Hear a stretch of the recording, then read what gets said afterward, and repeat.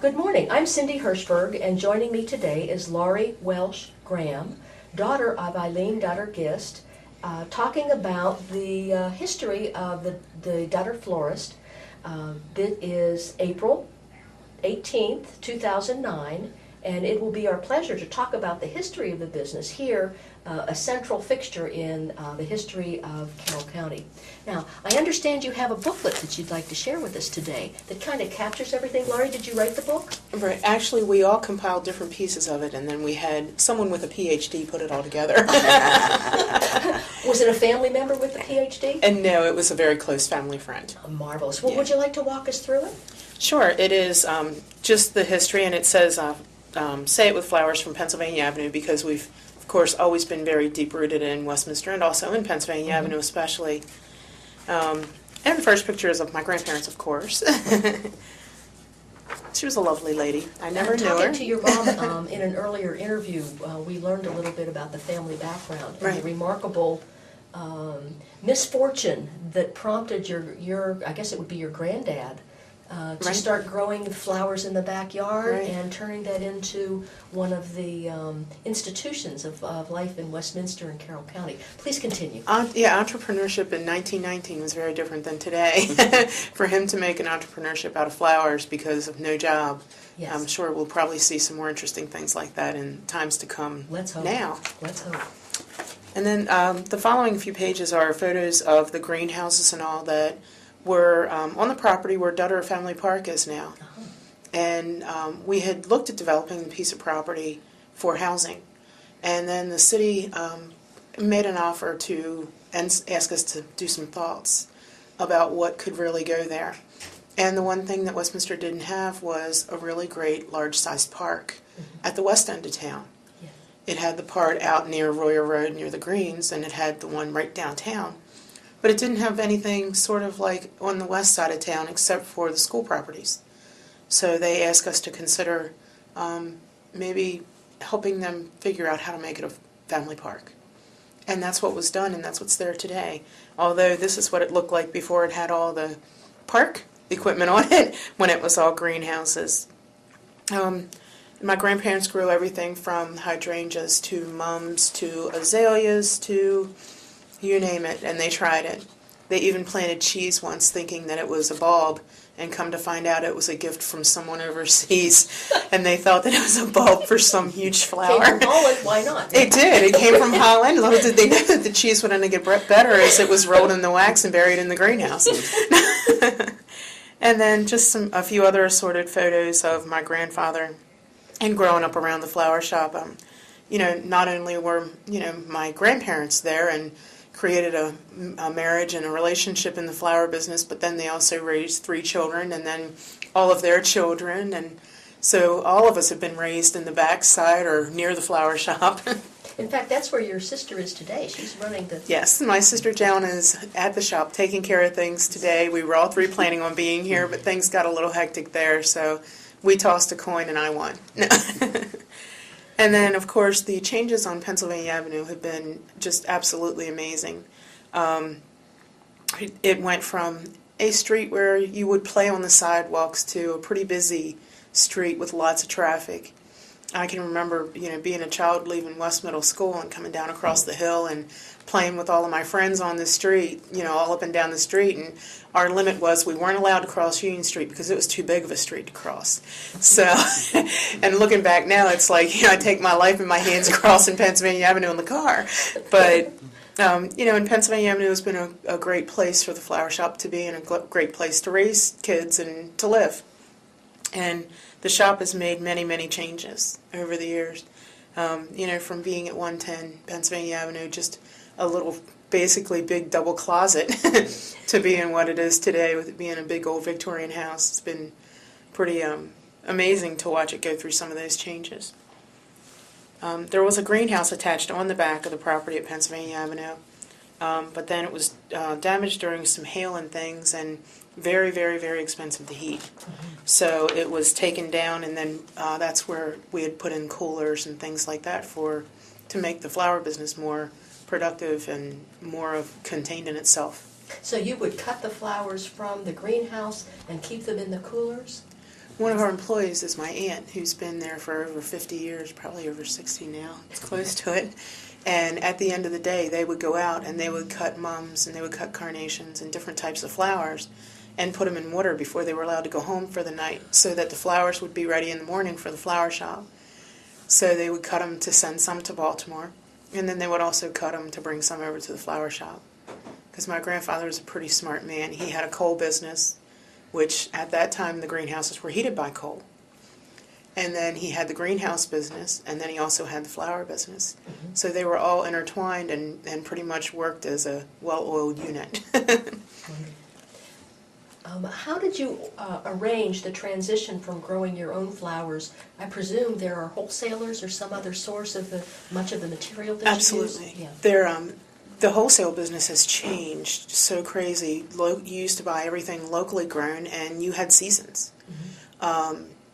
I can remember walking through the greenhouses at Easter and seeing all of the bulb plants and things, and then given even Easter tours during Easter open house when I was, barely could see over the beds. And then also in the winter with poinsettias and things, and everything about the flower shop was seasonal, just like it is in your gardens. Mm-hmm. And then the flower business started to grow, and they realized that my grandfather had all of this space, and he made this deal with one of the wholesalers in Baltimore, which got all of the flowers grown at the greenhouse spread even further over the central Maryland area for everywhere that they delivered, and they would feasibly take flowers from the greenhouses to Baltimore one day, and they would be in the hands of a flower shop either later that day or the next day for people who didn't have greenhouses. And then when the oil embargo came along, the greenhouses... This would be in the 70s? In the 70s, the greenhouses got very, very expensive to heat because they were changed over from coal to more efficient oil. And what happened was it got too expensive. So they started talking about what the best thing to do with the greenhouses was. And at the time, the oil was outrageous. And I think my grandfather also, in his frugal way and in his way pre-green before it was cool way, he probably saw that as being kind of wasteful. So he didn't want to waste a lot of crude oil and things like that, and had to make a decision about the greenhouses. Smart guy. And him and my uncle did a lot of that together. So, and then there's different parts in our history book about, the different families of my uncles and our family. My mom with hot red lipstick that you can't see here in the picture. Someone told me, Mama, your mother needs to wear red lipstick again. That's a pretty hot woman there. Coming back. And then we've also always had other things and, involved in many, many things. And my one uncle was very involved in the sheltered workshop that was, sort of like Summer Enterprises is today, and a lot of the workshops now that deal with the mentally handicapped and physically handicapped. And then my other uncle was into building cars, racing cars, anything that went fast. So he built a roadster for my mom. Is that you in it? And that's Looks my mom in there. Looks good on you, Eileen. I know where that car is today. It needs to be back on the road again. It'll look good on you too. Yeah, that would be fun someday. And then we've always tried to be very involved in the community. In many ways, I know my mom always had Seroptimist and all different types of things, and my sister's very involved in the Lions Club, and I've always done the chamber thing and the downtown stuff, but we've always tried to keep the flower shop out in the community too, because if the community takes care of the flower shop can help take care of the community. It's probably the simplest way life should be. Yes. And we've done, this is a parade way back from in the 30s. In the 30s, and it was totally covered in flowers and things. And then this is the bicentennial and sesquicentennial, and my niece who now has a child just about that size. And then just a long history of employees. We've had employees that have been everything from my godmother to my babysitter to aunts, uncles, best friends, family friends, people that have lived in the Pennsylvania Avenue area. My grandfather employed a lot of people that lived right in that general area. Mm-hmm. And, it was a staple. It was sort of like if you needed some work for the summer, he tried to figure it out. And if the alarms went off in the middle of the night that the greenhouse didn't have heat, people would run and try to help. And it was a very interesting little community that Pennsylvania Avenue was then. Mm-hmm. And then some stuff about my family. Where are you? Which child are you? I am this one right here in the Okay. back. And this one right here with no teeth in the front. And then my dad, who passed away in '79, who was also involved in the flower business. And then the involvement we had in, the church close by, right at Grace Lutheran Church, and I'm still very involved there, and Mom is still very involved there. That has been our family church. Mm-hmm. And again, right there at Carroll Street in Maine, right near Pennsylvania Avenue. Yes. And then just more of all the employees and all that have been there. Wonderful memories. Yeah, it's awesome. The history of the flower shop is amazing. Is that where, after school, you would go to the flower shop, or would you go home and do your homework? Oh, no, I'd go to the flower shop. I was sometimes forced to do my homework there. Yeah. But I always left there and went to the flower shop. And when I was a junior and senior in high school, I left school early and went to work at the flower shop. Mm-hmm. And then this is when my mom remarried my stepfather after my father passed away. And then just some other things that we've done. We did had decorated the governor's mansion for the Maryland You're Beautiful program. And many different places.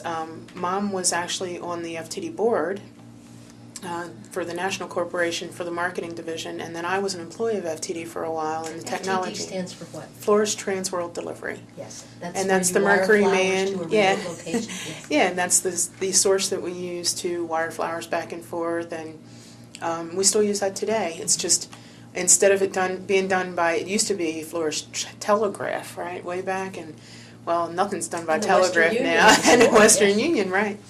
But now it's all done via computers and electronically, and pretty much done just like email is. And then during that time, Mom was actually hired to do some coordination for the National Funeral Directors Convention and do decorations for them and turn their convention into parties. So that's exactly what happened. Funeral directors needed some help. Yeah, they needed some help having a little bit of fun, or maybe having pretty fun. They were really good at having fun, but yeah. So all of that was done. My mom's a professional commentator, and just lots of things that we've all done through the times. And my sister and I try to do a lot of those things too now. And then just different conventions and decorating for the inaugurations in D.C. In Washington? In Washington. When you say decorating for the inaugurations, you mean there was a particular ball for which you were the selected company to do the decor, or? We had several different roles. Originally we started out as part of the design team, where they would bring in photos or drawings, renderings, and say, this is what we want to create and we need 200 of those. Or this is what we want to create and we need 15 of these that are going to be 6 foot across and 10 foot high.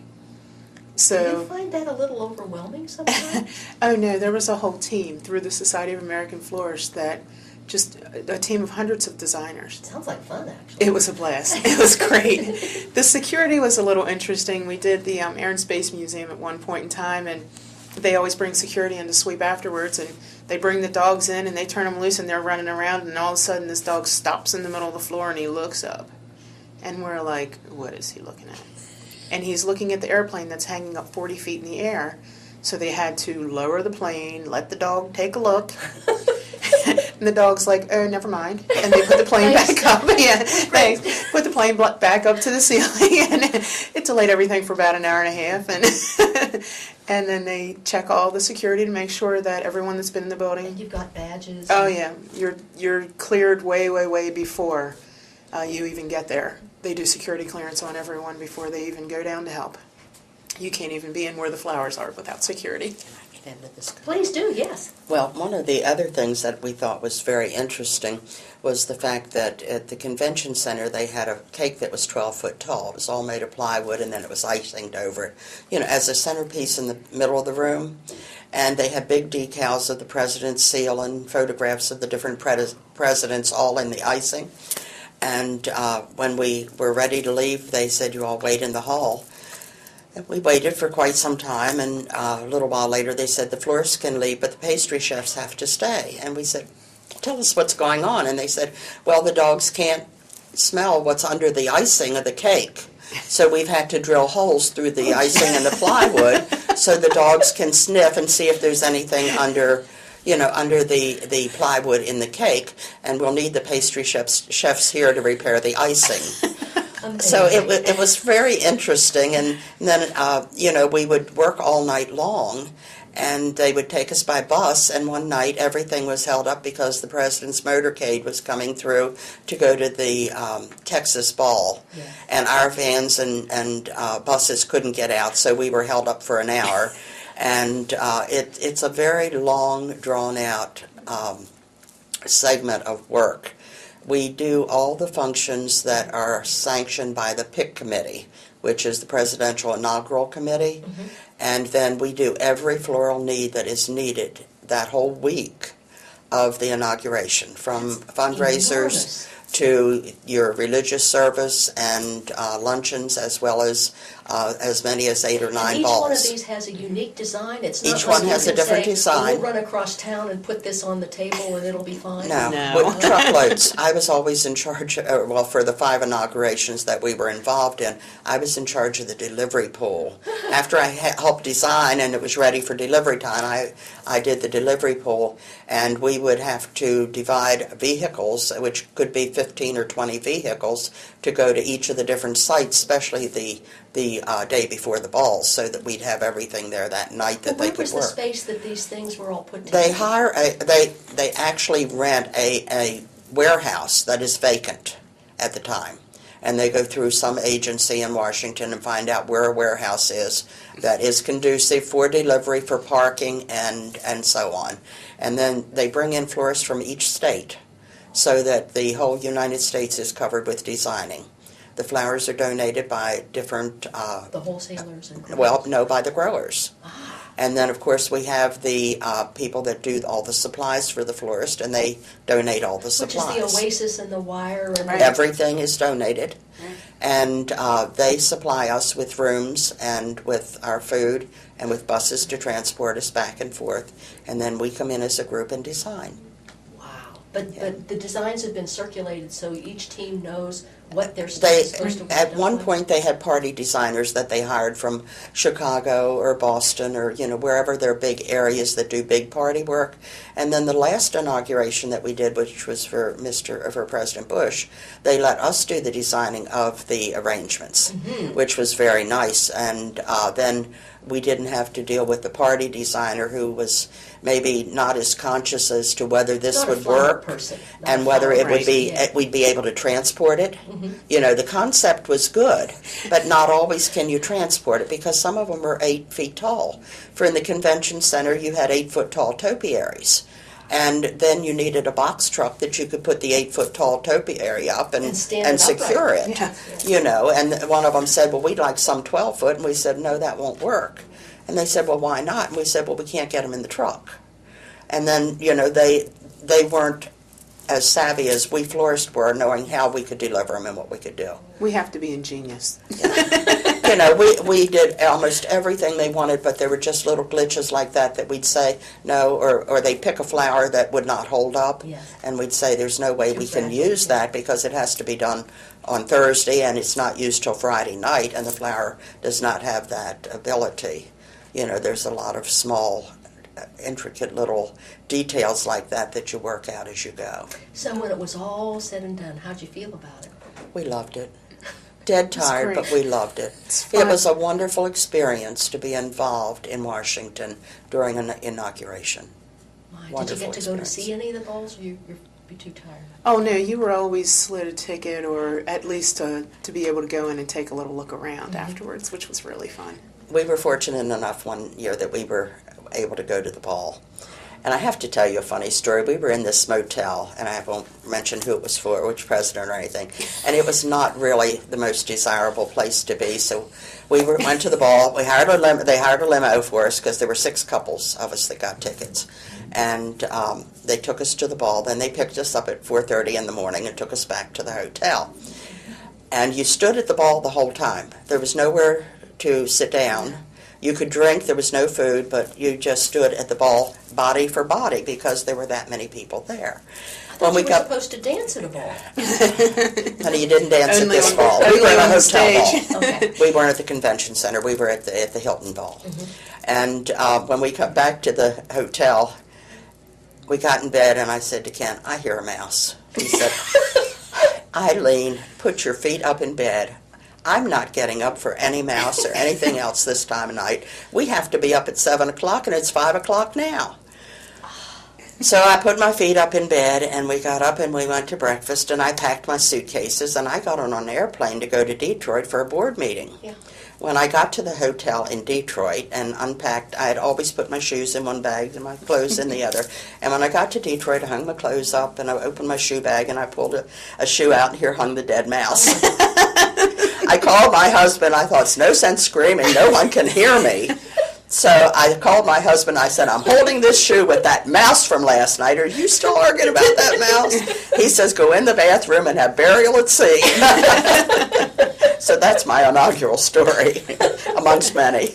Well, I noticed in the book, I thought I saw some floats for parade floats. Oh yeah, we did parade floats for downtown Westminster, and this year we're doing more parade floats for downtown Westminster because we are trying to organize a light parade for downtown Westminster for the holiday parade that is always the Saturday after Thanksgiving, along with the city's tree lighting, and we're going to do like a little festival downtown afterwards. So what fun. now we're going to do a light parade. We've never quite done one of those, so that's the next little challenge, I guess, with Little the learning curve floats. there. Yeah. We hope we're going to be the first town in Maryland that will do an electric parade, which will be exciting. And any float that is registered as a part of the electric parade will have to have at least 2,500 lights on it. 2,500? 2,500 Yeah. lights. Now, that's not so many.